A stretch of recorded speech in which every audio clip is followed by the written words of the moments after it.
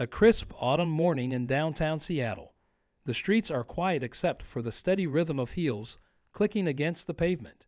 Special Agent Sarah Thompson adjusts her FBI badge, hidden beneath her blazer, as she heads to the courthouse to testify in a major trafficking case. 20 years on the force, countless successful operations, and yet nothing could have prepared her for what was about to unfold. The sound of sirens pierces the morning calm. Red and blue lights flash in her peripheral vision. A police cruiser screeches to a halt beside her. Hands where I can see them. A gruff voice commands. Sarah freezes, her training kicking in. She knows the drill: stay calm. Follow commands, explain later. But this isn't a training exercise. Officer Richard Brooks emerges from his vehicle, weapon drawn. Despite Sarah's composed demeanor and professional attire, he's already made assumptions. She can see it in his eyes, that familiar look she's encountered too many times before, even as a federal agent. "Officer, I'm reaching for my credentials," she states clearly, her voice steady despite the anger bubbling beneath the surface. "Don't move." Brooks barks, moving closer. Morning commuters slow down, phones emerging to record the scene. Sarah's mind races. She's due in court in 30 minutes to put away one of the city's most notorious criminals. Every second of this unnecessary confrontation puts that case at risk. What happens next becomes the talk of every law enforcement agency in the country. Sarah Thompson's response transforms a potential tragedy into a powerful moment of change. Her actions that morning spark a national conversation about law enforcement reform and implicit bias, reaching all the way to Washington. The scene unfolds like a carefully choreographed dance, but this is no performance. This is real life with real consequences. Bystanders watch in stunned silence as Sarah maintains her composure, even as Officer Brooks continues his aggressive approach. She's been on both sides of the badge. She knows exactly what needs to happen next. In her 20 years of service, Sarah has broken down countless barriers and shattered stereotypes. But on this morning, she's about to do something unprecedented. Something that will make headlines across the nation and force every police department to re-examine their training protocols. As the tension mounts on that Seattle sidewalk, neither Officer Brooks nor the growing crowd of onlookers realize they're about to witness a masterclass in professionalism, dignity, and justice. Sarah Thompson's next move will not only change the course of her career, but will become a defining moment in the ongoing conversation about police reform in America.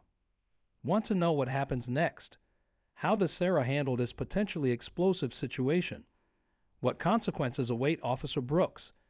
And most importantly, how does this incident reshape the relationship between local law enforcement and federal agencies?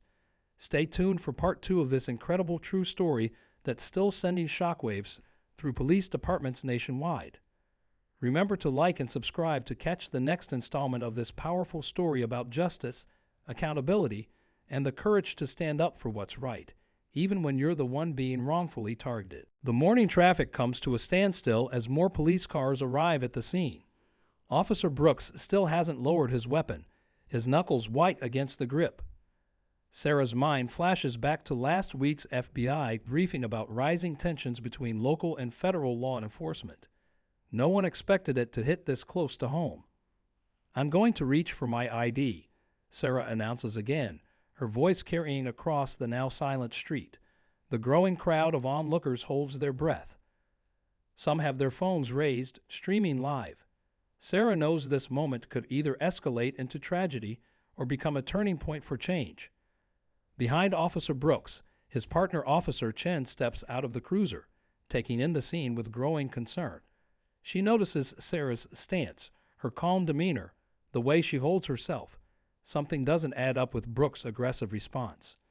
Meanwhile, inside the courthouse just 2 blocks away, District Attorney Reynolds checks his watch nervously.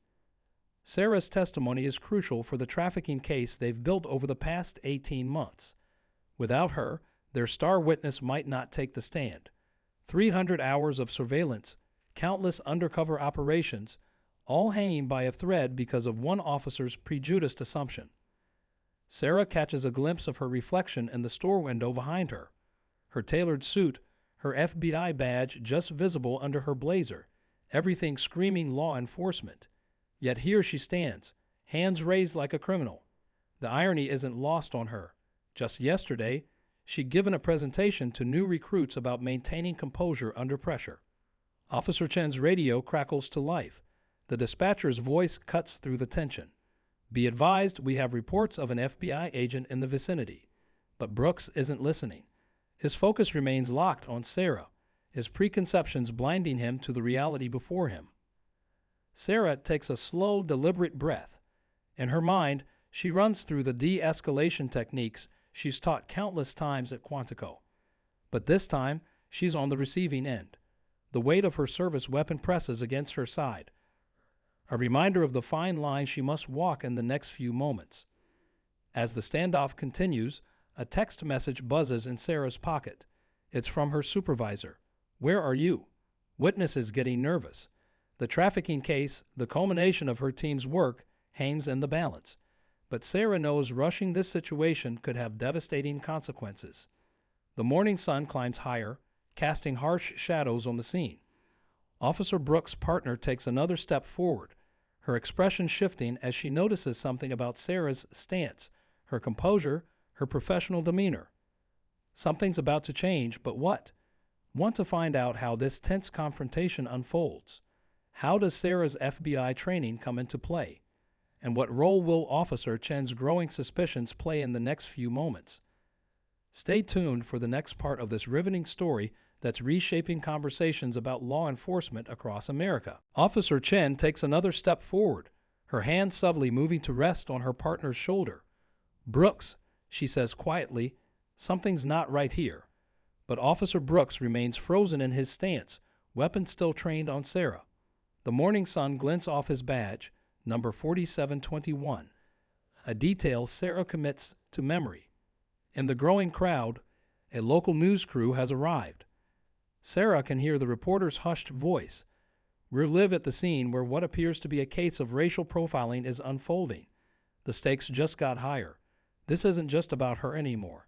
It's about every officer who's ever faced discrimination within the force. Sarah's phone buzzes again. The courthouse. Time is running out. The trafficking case, 18 months of work, dozens of potential victims waiting for justice, all hanging in the balance. She makes her decision.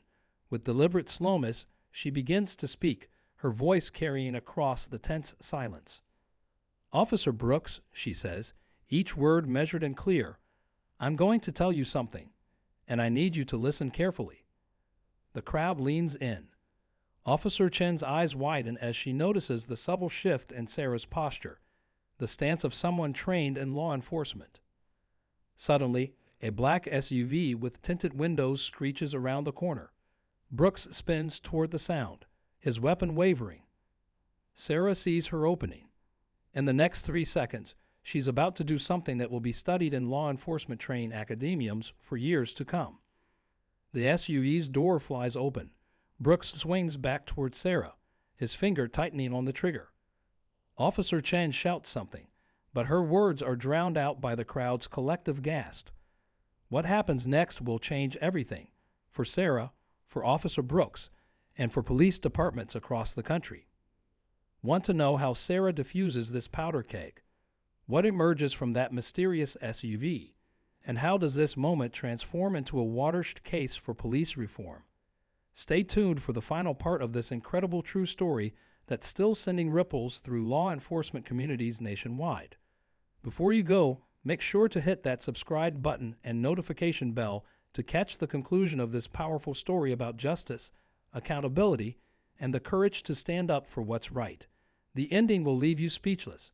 I promise you won't want to miss it. Out of the black SUV steps Assistant Director Reynolds from the FBI's Seattle field office, Sarah's boss. But before he can speak, rapid footsteps echo from behind. A young woman in a court clerk's uniform runs toward the scene, waving a file frantically. Stop everything, she shouts, her voice trembling. You don't understand. This is bigger than you think. Officer Brooks' attention splits between Sarah, Reynolds, and the clerk. His weapon wavers. The clerk's file falls open as she runs, scattering papers across the wet pavement. Crime scene photos flutter in the morning breeze. photos from the trafficking case Sarah is supposed to be testifying for. Officer Chen snatches one of the photos from the ground, her face draining of color. "Brooks," she whispers urgently, "look at this." The photo shows their prime suspect meeting with someone wearing a police uniform. Brooks glances down, and for the first time, uncertainty flickers across his face. Sarah's eyes lock onto the scattered photos. Suddenly, the pieces click together: the suspicious traffic stop, the aggressive response, the timing. Her testimony isn't just about trafficking anymore. She stumbled onto something much darker, something that reaches into the heart of the police department itself. Assistant Director Reynolds steps forward, his phone recording everything. "Officer Brooks," he says calmly, "I suggest you lower your weapon. Special Agent Thompson isn't the only one gathering evidence today." The crowd murmurs as phones capture every word, every movement. The air crackles with tension. In the distance, more sirens wail. What started as a case of racial profiling has just exploded into something far more sinister. But who's really behind it all? And how deep does this corruption go? Stay tuned for the shocking conclusion that will shake the foundations of law enforcement in Seattle and beyond.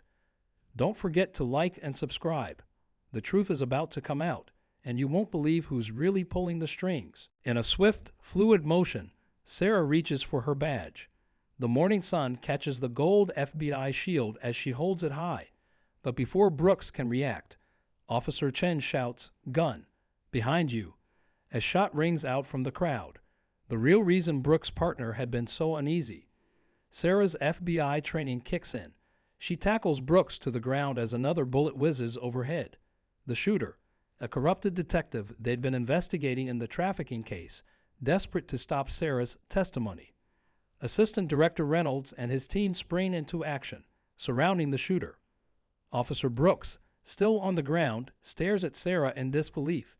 She just saved his life, the same person he profiled moments ago.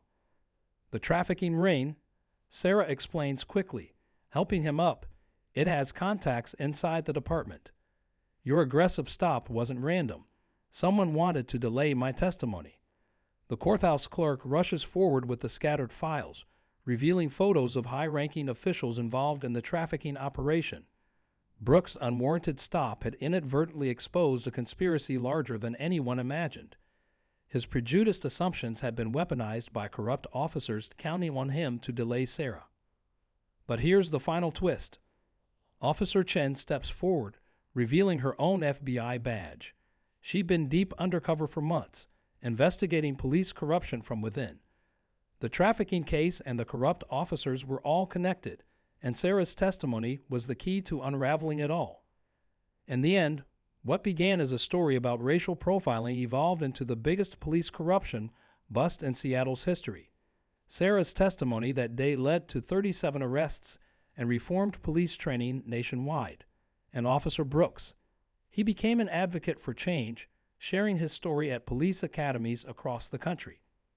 Sometimes justice comes in unexpected ways, and the truth has a way of surfacing when we least expect it. Don't forget to like and subscribe for more incredible true stories that challenge our perceptions and remind us that change is possible, one brave action at a time. 6 months after that fateful morning in downtown Seattle, Sarah Thompson stands at a podium in Washington, D.C., addressing a congressional hearing on police reform. The trafficking ring bust led to over 50 additional arrests across 3 states, dismantling one of the largest criminal networks on the West Coast. Officer Brooks sits in the audience, now a key advocate for mandatory bias training in police departments nationwide. His story, how prejudice almost made him an unwitting accomplice to corruption, has become a powerful teaching tool. Sometimes our biggest mistakes lead to our most important lessons, he often says during training sessions. The changes rippled through law enforcement agencies across the country. New protocols were established for cross-agency cooperation. Body camera footage from that morning became required viewing at police academies.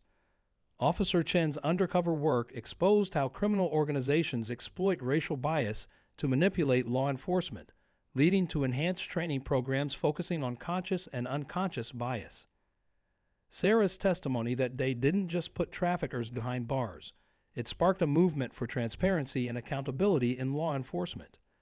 The courthouse clerk who rushed to the scene with those crucial files. She was promoted to head a new internal affairs division focused on rooting out corruption. Back in Seattle, the police department underwent a complete overhaul. Regular joint training sessions between local law enforcement and federal agencies became mandatory. The incident sparked uncomfortable but necessary conversations about race, power, and justice within precincts nationwide. Today, Sarah still works for the FBI, but she spends her free time mentoring young officers, teaching them that true justice requires both courage and compassion. The trafficking survivors she helped rescue have started a support network for other victims, turning their trauma into hope for others. And that morning's viral video. It's become a symbol of how crisis can turn into opportunity when people choose accountability over ego, truth over prejudice, and justice over convenience. The incident has been viewed millions of times, not just as a reminder of what went wrong, but as a blueprint for how to make things right. Sometimes the biggest changes start with the smallest moments of truth. One person's courage to stand up, another's willingness to admit mistakes, and everyone's commitment to do better. That's how real change happens. Thank you for watching this incredible true story. Don't forget to like, share, and subscribe for more content that matters. Remember, change starts with each of us, one decision at a time. Stay tuned for more stories that challenge, inspire, and remind us that justice is worth fighting for.